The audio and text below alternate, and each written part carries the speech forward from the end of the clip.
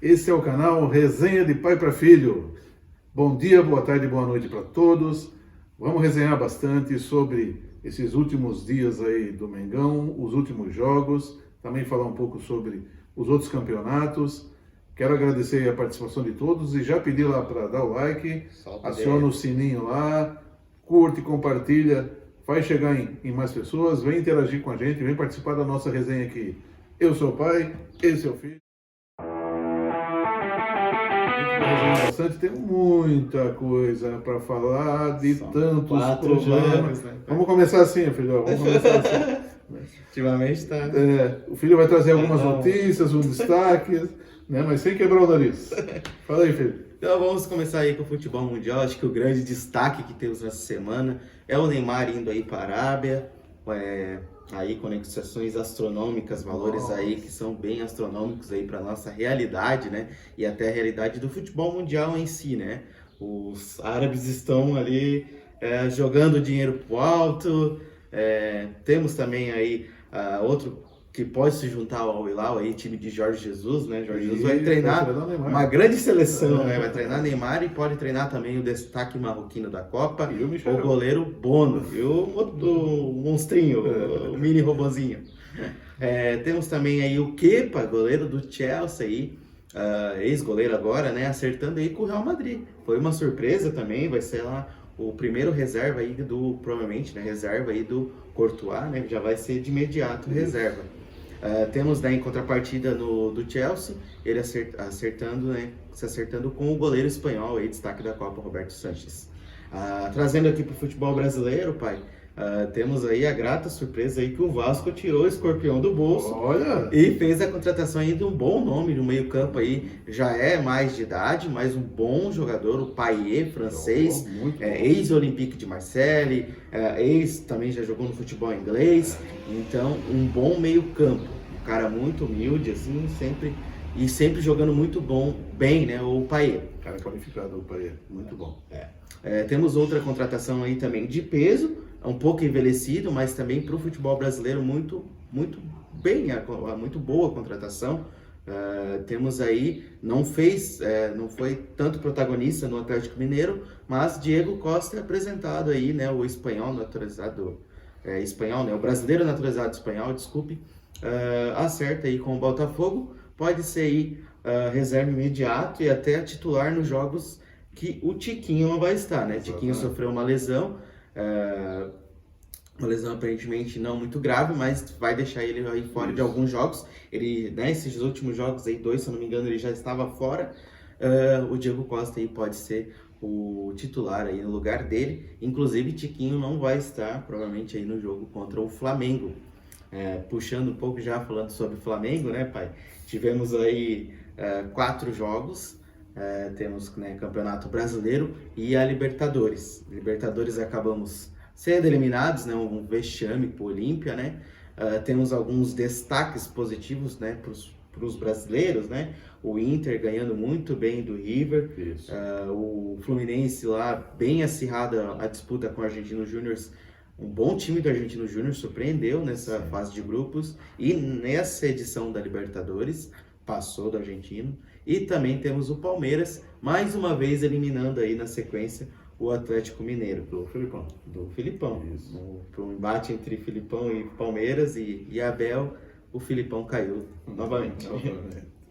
Além disso, né, o Atlético Paranaense foi eliminado também pelo Bolívar nos pênaltis. O bom time de Bolívar. Jogar lá em cima não é fácil, mas eles suportaram a pressão em Curitiba, foi para os pênaltis, o Atlético estava confiando muito no goleiro, né? Até foi uma declaração do presidente que se for para o empate o goleiro garantia. E acabou não dando certo, né? O Bolívar levou. O general deles acabou perdendo o último pênalti. Exatamente. E aí o Flamengo, infelizmente, fez aquele papelão lá no Paraguai e foi eliminado pelo Olímpia, né? Isso já tá meio, né, pai? Um papelão.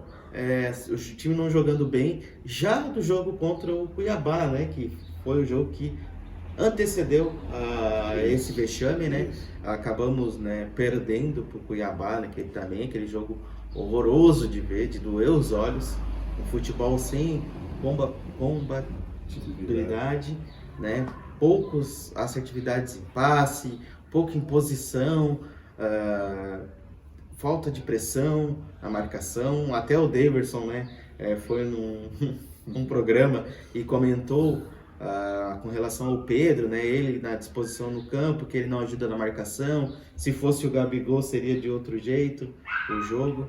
Então assim, foi bem complicado, né, ver o Flamengo perder ali para o Cuiabá, uma chance de encostar no líder, Botafogo aí disparado já na liderança. Os outros clubes dos outros jogos ali, o Palmeiras, Fluminense, já até chegaram no Flamengo, passaram, né? O Palmeiras terminou o primeiro turno como vice-líder, né, pai? Foi um jogo bem horroroso de ver, vamos dizer assim. Muito, muito horroroso. Assim, ó, esse time, essa temporada, se o Flamengo ganhar a Copa do Brasil e for campeão da Copa do Brasil, porque o Brasileirão acho um pouco provável, né? Na situação em que está e do jeito que o time está jogando e como o Botafogo está jogando também, eu considero ainda uma temporada ruim, fracassada, porque o investimento foi muito alto, trouxeram mais jogadores, prometeram várias coisas na janela. A diretoria do Flamengo se mostra cada vez mais incompetente em gerir o departamento de futebol, né? E o jogo contra o Cuiabá, ele só evidenciou o que já estava acontecendo, né? A gente teve um jogo bom com o São Paulo, um jogo bom, que foi o jogo contra o Grêmio no Olímpico. Tirando esse jogo contra o Grêmio, que foi um ponto fora da curva, tivemos alguns lampejos durante alguns jogos, uns 20 minutos contra o Atlético Mineiro, que foi suficiente para ganhar o jogo. O segundo tempo contra o Palmeiras, lá que o Flamengo empatou, podia ter virado. Alguns lampejos, né? Mas esses jogos que o Flamengo não compete, como aconteceu com o Cuiabá, e nós já tínhamos tido Bragantino, nessa história que tomou o 4-0 lá de um jeito muito estranho, e isso vem mostrando que o time não está encaixando, né? Aí tivemos esse vexame contra o Cuiabá, né, Júlio? Falando, né, jogos que não competimos, podemos já puxar também para o jogo do São Paulo, né, pai? Sim. Um jogo também bem abaixo do esperado, o time reserva do São Paulo, esperava-se que o Flamengo ia se impor e até ganhar de um placar um pouco mais elástico do jogo, mas o time bem treinado do Dorival e a falta de, vamos supor assim, dos guerreiros, da vontade do Flamengo, pesou muito. E até o Lucas fez sua estreia lá não, a sua estreia, né, com gol, né, porque já tinha feito a estreia contra o Atlético. Isso. Mas de titular, né, o Lucas fez essa estreia e ainda fez o gol, que até então, nos últimos minutos, ia sagrando o São Paulo com os 3 pontos, e ali um pênalti com o bom jogador que o Luiz Araújo está se mostrando, conseguimos empatar, né, com o Pedro. A gente tem o Luiz Araújo realmente, quando ele tem entrado, a gente percebe que ele tá afim, que ele corre, ele vai para cima, ele vontade, tenta, né? Então ele tá tentando. O Bruno Henrique, a torcida sabe e conhece bem o Bruno Henrique e sabe que o Bruno Henrique, quando ele está em campo, ele dá o máximo dele, ele deixa tudo em campo, né? Na minha opinião, nesses 4 últimos jogos, ele foi o melhor jogador. Na média, sim. Uhum. Então nós tivemos 2 jogos contra o São Paulo e contra o Cuiabá que o Flamengo não competiu, e aí o Flamengo resolveu não competir no jogo contra o Olímpia na Libertadores, e foi onde nós tivemos aquele vexame, depois de ter saído ganhando de 1-0, ou seja, estávamos com 2 gols de vantagem e deixamos o Olímpia virar e tirar toda essa vantagem, né? Que era uma vantagem importante, e dessa forma o Flamengo acabou sendo eliminado. Uma vergonha. O Olímpia é um time fraco tecnicamente. O Olímpia é o 9º colocado do Campeonato Paraguaio, tá?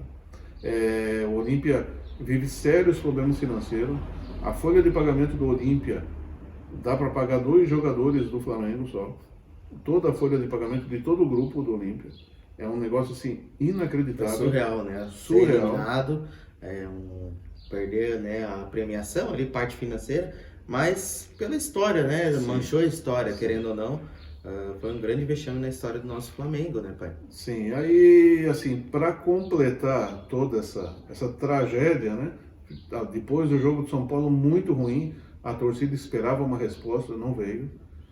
E aí, durante a semana, na preparação do jogo da Copa do Brasil contra o Grêmio, temos lá o episódio de agressão do Gerson e do Varela, ambos se agrediram, né? O Gerson acabou na agressão acertando o nariz do Varela e o Varela quebrou o nariz e passou vergonha na TV, né? Com o nariz quebrado. Dizem até que ele precisou de uma intervenção de cirurgia Exatamente. plástica, ia começar o jogo com máscara, acabou não começando, teve um problema com o joelho, né? Infelizmente, né? Ele até entrou bem ali, é um lateral bem ofensivo, mas a gente vê que ele tem uma boa deficiência ali, uma boa não, né? Uma deficiência ruim na parte defensiva, né? Esse jogador é bem...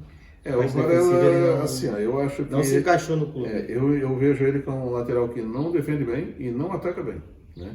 Então, ele tem até bons passes laterais, assim, mas ele não tem um lateral sem intensidade, é o que eu vejo nele. É um lateral que não dá intensidade no jogo, né? E isso não nos ajuda, né?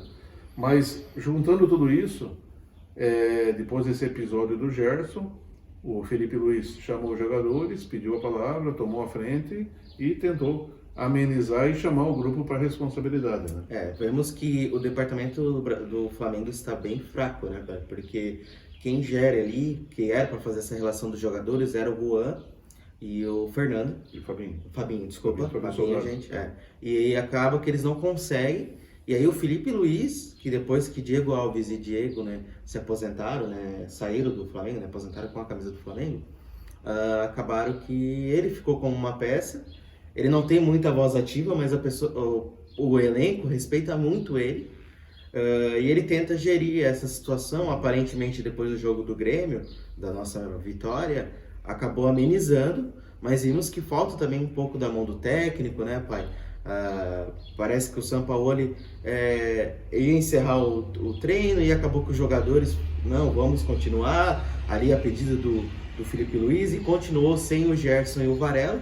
Eles foram multados, mas não teve uma punição maior, até se esperava uma punição maior, visto que já aconteceu também a punição contra o Pedro, e eu acho que acaba ficando uma lambança isso, né? Sim, sem dúvida. Não aplicando ali a devida punição. Multa, beleza, mas sair na agressão, sair no soco, por mais que o Varela pediu desculpas depois pro elenco e falou que partiu dele, né, os fins, né, que aconteceu o soco, mas isso tem que ser punido de forma multa, não vai jogar até o jogo, porque também, vamos e venhamos, o Gerson já não é tão assim aquela peça super importante para o Flamengo. Vimos nesses últimos 4 jogos ele andando em campo, né? Ô Gerson, tá achando que é o Gundogan? Tá achando que é o De Bruyne? Que marra, hein, Gerson? É uma marra. Que marra. Vamos jogar bola, Gerson. Vamos jogar bola.